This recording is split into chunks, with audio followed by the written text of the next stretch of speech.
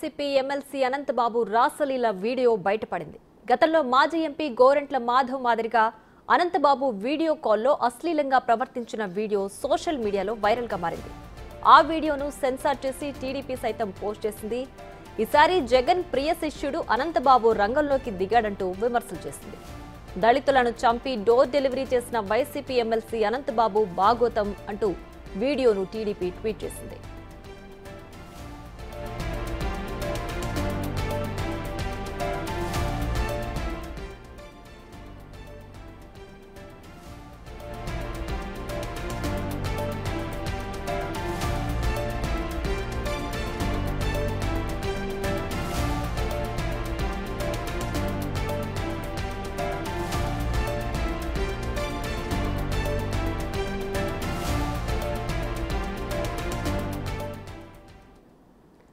దీనికి సంబంధించి మరింత సమాచారం మా associate input editor Ganesh live లో అందించడానికి సిద్ధంగా ఉన్నారు. గణేష్, చెప్పండి, అనంతబాబు రాసలీలల వీడియో టీడీపీ ప్రస్తుతం సోషల్ మీడియాలో పోస్ట్ చేసింది. ప్రస్తుతానికి దీనికి సంబంధించి అప్డేట్స్ ఏంటి?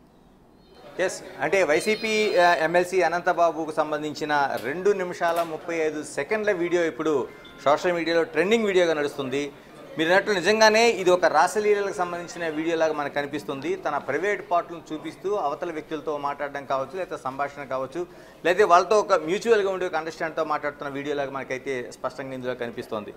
దాదాపు 2 నిమిషాల 35 సెకండ్ల వీడియోకి సంబంధించి ముందుగా సోషల్ మీడియాలో పోస్ట్ అయిన తర్వాత టీడీపీ దీన్ని పూర్తిగా అనేక ప్లాట్ఫామ్స్లో దీన్ని పోస్ట్ చేస్తుంది. దీనిపైన అనేక విమర్శలు, ప్రతి విమర్శలు మనకు కనిపిస్తున్నాయి. అంటే అది ఎక్కడి నుంచి ఎవరు చేశారంటే అనంతబాబు అవతల వ్యక్తికి చేసిన తర్వాత వాళ్ళిద్దరి మధ్య ఉండే సంభాషణలో ఎవరు రికార్డ్ చేశారనేది స్పష్టంగా ఫోరెన్సిక్కి వెళ్తే తప్ప తెలియని విషయం మనకి. కానీ దీన్ని మాత్రం రిలీజ్ చేయడం మాత్రం బయటకు రిలీజ్ చేశారు. అంటే మనకు అందులో స్పష్టంగా కనిపిస్తున్నది ఏంటంటే అందులో ఒక వ్యక్తికి సంబంధించి అంటే మనం ఏదైనా ఒక ప్లాట్ఫామ్లో మాట్లాడుతున్నప్పుడు ఆ వీడియో కాల్ అనేది రికార్డ్ చేస్తే ఇటువైపు మాట్లాడుతున్న వ్యక్తికి ఫోటోకి సంబంధించి కూడా మనకు ఉంటుంది. అలాంటి ఛాయలు అయితే మనకి ఈ వీడియోలో మనకి స్పష్టంగా కనిపిస్తున్నాయి. కానీ దాన్ని కూడా బ్లర్ చేసి ఉంచారు. మరొకటి, ఏదైనా సోషల్ మీడియా ఇటువంటి రాసలీలకు సంబంధించి కావచ్చు, ప్రైవేట్ పార్టీలకు సంబంధించి కావచ్చు చూపించకూడదు. కాబట్టి దీనికి సంబంధించిన వైసీపీ సంబంధించిన ఒక వీడియో కాబట్టి చాలా వరకు తెలుగుదేశం దీన్ని ట్రోల్ చేస్తూనే ఉంది. దీన్ని ట్రోల్ చేయడంతో పాటు మాజీ ముఖ్యమంత్రి జగన్ సంబంధించిన ఏదైతే తన వీడియో ఉంటుందో దాన్ని ఒక బ్లర్ వీడియోగా దీని ముందు తీసుకొచ్చి వేస్తున్న పరిస్థితి కనిపిస్తుంది. ప్రధానంగా మనం చూడొచ్చు, వైసీపీ పైన తెలుగుదేశం పార్టీ చేస్తున్న కామెంట్లో ప్రధానంగా వైసీపీ అంటే యువజన శృంగార రసిక పార్టీగా, అంటే వైసీపీని ఆ విధంగా వీళ్ళు కోట్ చేస్తూ మొత్తం సోషల్ మీడియా అంతా వీళ్ళు తిప్పుతున్న పరిస్థితి కనిపిస్తుంది. మనం సాధారణంగా అనంతబాబుకు సంబంధించి ముందు నుంచి కూడా ఒక వివాదాస్పదుడిగా మనకి కనిపిస్తున్నాడు. ఎందుకంటే తండ్రి దగ్గర నుంచి రాజకీయాలు పుణికిపుచ్చుకున్న అతను ఒక లీడర్గా కొనసాగుతూ వచ్చాడు. ఎమ్మెల్సీగా వైసీపీలో అత్యంత కీలకమైన నేతగా అటు రంపచోడవరం కావచ్చు, కాకినాడ కావచ్చు, రాజమండ్రి ఇటువంటి పరిసర ప్రాంతాలు ఒక కీలకమైన నేతగా వైసీపీకి కొనసాగుతూ వచ్చారు. అంటే ఎమ్మెల్సీగా ఉన్న సమయంలోనే ఆయన మనకి ప్రధానంగా గుర్తుండిపోయే కేసు సుబ్రహ్మణ్యం అంటే ఒక ఎస్సీ డ్రైవర్ని, దళిత డ్రైవర్ని హత్య చేసి ఇంటికి డోర్ డెలివరీ చేసిన కేసు అనేది మనకు ప్రధానంగా మనకు చర్చనీయాంశంగా మనకు కనిపిస్తుంది. ఈ కేసులో ఆయన డ్రైవర్ని చంపిన తర్వాత వాళ్ళ ఇంటికి ఆయన్ని తీసుకెళ్లి ఆ బాడీని అప్పగించిన పరిస్థితి కనిపిస్తుంది. దీంట్లో ప్రధానంగా అతిపెద్ద కేసు నడిచింది. దీనిపైన చర్చలు నడిచాయి. దాదాపు ఈ కేసులో ఆయన అరెస్ట్ అయిన తర్వాత దాదాపు 202 రోజులు బెయిల్ రాకుండా రాజమండ్రి సెంట్రల్ జైల్లో ఉండిపోయిన పరిస్థితి మనం చూసాం. దాని తర్వాత వైసీపీ పార్టీ అతన్ని వేరుగా ఉంచుతుందనేది ఒక భావన అయితే కనిపించింది. కానీ అలాంటిది ఏమీ లేకుండా అతను జైలు నుంచి విడుదలైన తర్వాత కూడా వైసీపీ పార్టీ అతను ఓన్ చేసుకుంది. అత్యంత భారీ ఊరేగింపుతో అక్కడ లోకల్గా ఉండి ఆనాటి ఎమ్మెల్యే జక్కంపూడి రాజా కావచ్చు, మిగతా నాయకులు కావచ్చు, వీళ్ళందరూ వెళ్ళి ఘనస్వాగతం పలికి ఆయన్ని ఆ రోజు ఆ దళిత డ్రైవర్ హత్య కేసులో వాళ్ళంతా స్వాగతం పలికి జైలు నుంచి తీసుకొచ్చిన పరిస్థితి కనిపించింది.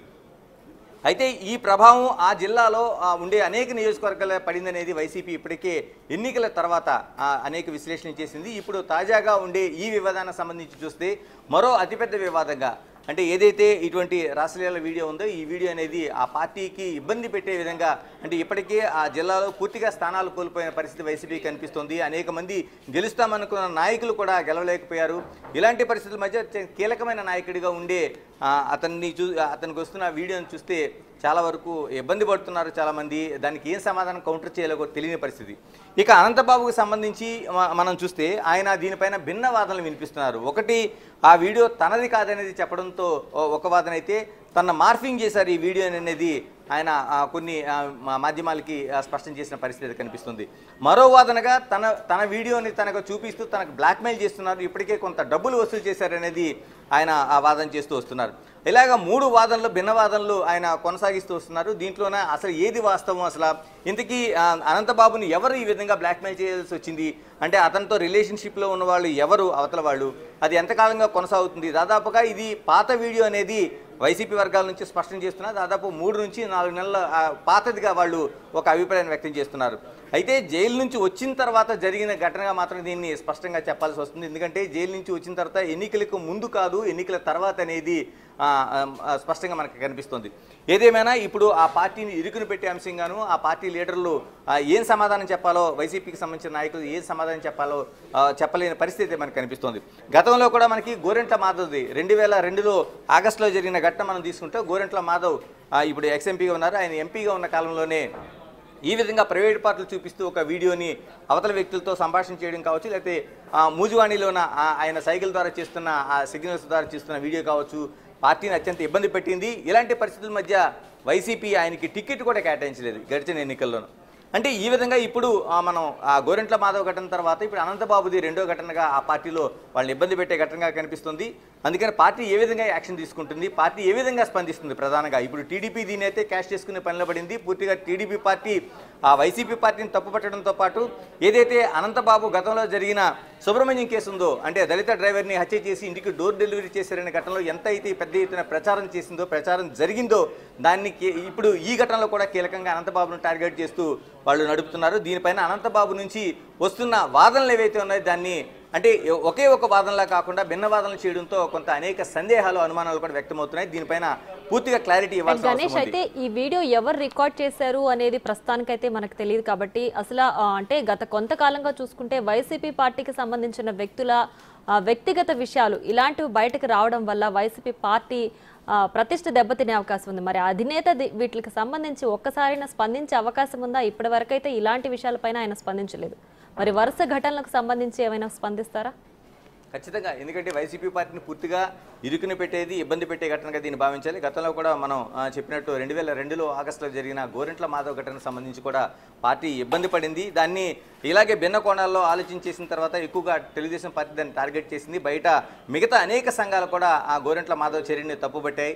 ఆయన దాన్ని కౌంటర్ చేసుకునే పరిస్థితి వచ్చింది. తర్వాత పోలీసులకు ఆయనే తిరిగి ఫిర్యాదు చేశారు, ఆయన పైన కొందరు ఫిర్యాదు చేశారు. ఇలాంటి అనేక ఘటనల మధ్య తెలుగుదేశం దాన్ని క్యాష్ చేసుకునే పనిలో పడింది అప్పట్లో. అయితే దీనికి అప్పట్లో వైసీపీ దాన్ని కౌంటర్ చేసుకుంటూ ఆయనకి టికెట్ కూడా కేటాయించకుండా పక్కన పెట్టిన పరిస్థితి వచ్చింది. ఇప్పుడు అనంతబాబుకు సంబంధించి నిన్నటి వరకు జరిగిన ఘటనల నేపథ్యంలోన ఇది కొత్త తాజా ఘటన. ఎందుకంటే ఈ తాజా ఘటనతో పార్టీ ఏ విధంగా స్పందిస్తుంది, ఎందుకంటే తూర్పుగోదావరి, తూర్పు మరి ఉమ్మడి జిల్లాలు అంటే అటు కోనసీమ కావచ్చు, కాకినాడ కావచ్చు, రాజమండ్రి, తూర్పుగోదావరి జిల్లా కావచ్చు, ఈ 3 జిల్లాల్లో కూడా అత్యంత కీలకమైన నేతల్లో అనంతబాబు కూడా ఒకళ్ళని చెప్పాలి. ఎందుకంటే ఎమ్మెల్సీగా ఉన్నారు, అంతకుముందు వాళ్ళ ఫాదర్ నుంచి కూడా రాజకీయాలు నడుపుతూ వచ్చారు. ఇలాంటి కీలకమైన నేతలకు సంబంధించిన ఏదైతే ఈ వీడియో ఉందో ఇది పూర్తిగా పార్టీని ఇరుకుని పెట్టేది, ఇబ్బంది పెట్టేది, ఏ విధంగా కౌంటర్ చేయాలనేది కూడా వాళ్ళు చెప్పుకోలేని పరిస్థితి. మరి దీనిపైన ఏ విధంగా స్పందిస్తారు, అప్పట్లో గోరెంట్ల మాధవ్ పైన ఏ విధంగా అయితే వాళ్ళు టికెట్ ఇవ్వకుండా పక్కన పెట్టారో ఇప్పుడు వీటిలో కూడా అనంతబాబుకు సంబంధించిన ఘటనలో కూడా ఏ విధంగా చూస్తారనేది కూడా చూడాలి. మరోవైపు దువ్వాడ శ్రీనివాస్ సంబంధించిన ఘటన కూడా పార్టీని ఈ మధ్యకాలంలో ఉత్తరాంధ్రలో పూర్తిగా ఇబ్బంది పెట్టింది. దీంతో ఆయన్ని పార్టీ కీలకమైన స్థానం నుంచి పక్కన పెట్టి మరొకరికి బాధ్యతలు అప్పగించే పరిస్థితి వచ్చింది. ఇలా వరుసగా అంటే ఎన్నికల దగ్గర నుంచి కూడా జరుగుతున్న ఘటనలు అనేవి వైసీపీని ఇబ్బంది పెడుతున్నాయి. మరోవైపు తెలుగుదేశం ముప్పేట దాడి చేస్తుంది. ఇలాంటి అన్నిటి చూసిన తర్వాత అనంతబాబు పైన ఎలాంటి యాక్షన్ తీసుకుంటుంది అనే దానికైనా ముందు అనంతబాబు ఏ విధంగా దీన్ని కౌంటర్ చేసుకుంటారు, పార్టీ వర్గాలు ఏ విధంగా స్పందిస్తాయి అనేది చూడాల్సిన అవసరం. ఈరోజు 5 గంటలకి అంటే మరికొద్ది సేపట్లో మరో గంట సమయంలో అంటే 5 గంటల ప్రాంతంలో అనంతబాబు ఒక ప్రెస్ కాన్ఫరెన్స్ పెడతారనేది, దీనిపైన ఒక క్లారిటీ ఇస్తారనేది అక్కడ మనకి లోకల్ నుంచి మనకి సమాచారం అందుతుంది. ఈ వీడియోకి సంబంధించి ఇప్పటికే అనంతబాబు 2 వర్షన్స్ వినిపిస్తున్నట్టుగా మీరు అంటున్నారు. ఒకటి ఆ వీడియో చూపించి బ్లాక్మెయిల్ చేస్తున్నారని, ఇంకొకటి అసలు అది ఆ వీడియో తంది కాదు, మార్ఫింగ్ చేశారు అని చెప్పి. సో 2 వర్షన్స్ కూడా భిన్నంగా అతనే వినిపిస్తున్నారు. సో దీన్ని బట్టి ప్రజలు ఎలా అర్థం చేసుకోవాలంటారు, ఏది వాస్తవం అని? ఎస్, ఇక్కడే ఒక కన్ఫ్యూజన్ కొనసాగుతుంది. ఎందుకంటే ఆ వీడియో తనది కాదు, ఖచ్చితంగా తను మార్ఫింగ్ చేశారనేది ఒక వాదన అయితే కొనసాగాల్సిన అవసరం ఉంది. కానీ ఇప్పుడు అనంతబాబు చెప్తున్న 3 వాదనలు కనిపిస్తున్నాయి. ఒకటి, ఇది పూర్తిగా నాది కాదు, నాకు సంబంధించిన వీడియోనే కాదనేది ఫస్ట్ ఆయన చెప్పింది. రెండో వాదనలోన లేదు, తన వీడియోకి సంబంధించి మార్ఫింగ్ జరిగింది, పూర్తిగా మార్ఫింగ్ చేసి దీన్ని తన బ్లాక్మెయిల్ మార్ఫింగ్ చేసి బయటికి సోషల్ మీడియాలో విడుదల చేశారనేది రెండో వాదన. మూడోది, దీనికి సంబంధించి ఈ వీడియోని అడ్డుపెట్టుకుని తన బ్లాక్మెయిల్ చేస్తున్నారు, ఇప్పుడు కాదు చాలా నెలలుగా చేస్తున్నారనేది ఆయన చేస్తున్న వాదన. ఈ 3 వాదనల మధ్య ఏది వాస్తవం అనేది తేలాల్సిన అవసరం ఉంది. మరోవైపు ఎవరు రికార్డ్ చేశారు, రెండోది అది ఆ స్థానికంగా ఉండేది కాదు, దూరంగానే ఎక్కడి నుంచో చేశారు అనేది ఒక వాదన అయితే వినిపిస్తుంది. కాబట్టి ఎవరు దీన్ని రికార్డ్ చేశారు, దాదాపు 2 నిమిషాల 35 సెకండ్ల ఈ వీడియో ఇంతకంటే ఇంకా పెద్దగా ఉండి దీన్ని కట్ చేసి చేశారనేది అనేక మంది సోషల్ మీడియా నిపుణులు స్పష్టం చేస్తున్నది. అంటే దీన్ని పూర్తిగా ఇప్పటికే అనంతబాబుకి ఈ వీడియోకి పూర్తి సారాంశం చేరింది. అంటే ఇంతగా ఇప్పుడు మనం అనుకుంటున్న 2 నిమిషాల 35 సెకండ్ల వీడియో కంటే దాదాపు 6 నిమిషాల వీడియో అనేది ఆయనకి చేరిందనేది ఒక చెప్తున్నారు.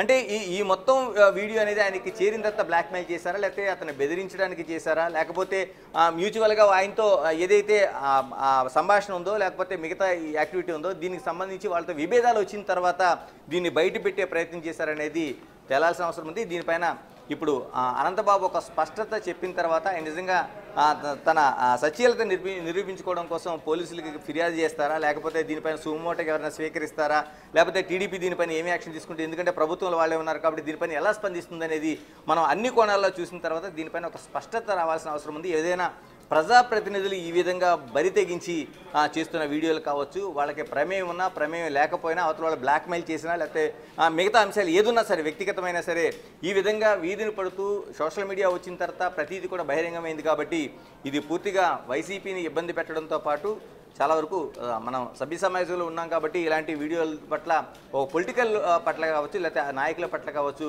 ఒక అభిప్రాయం చేంజ్ చేసుకునే అవకాశం అయితే కనిపిస్తుంది. Right Ganesh, thanks for the updates.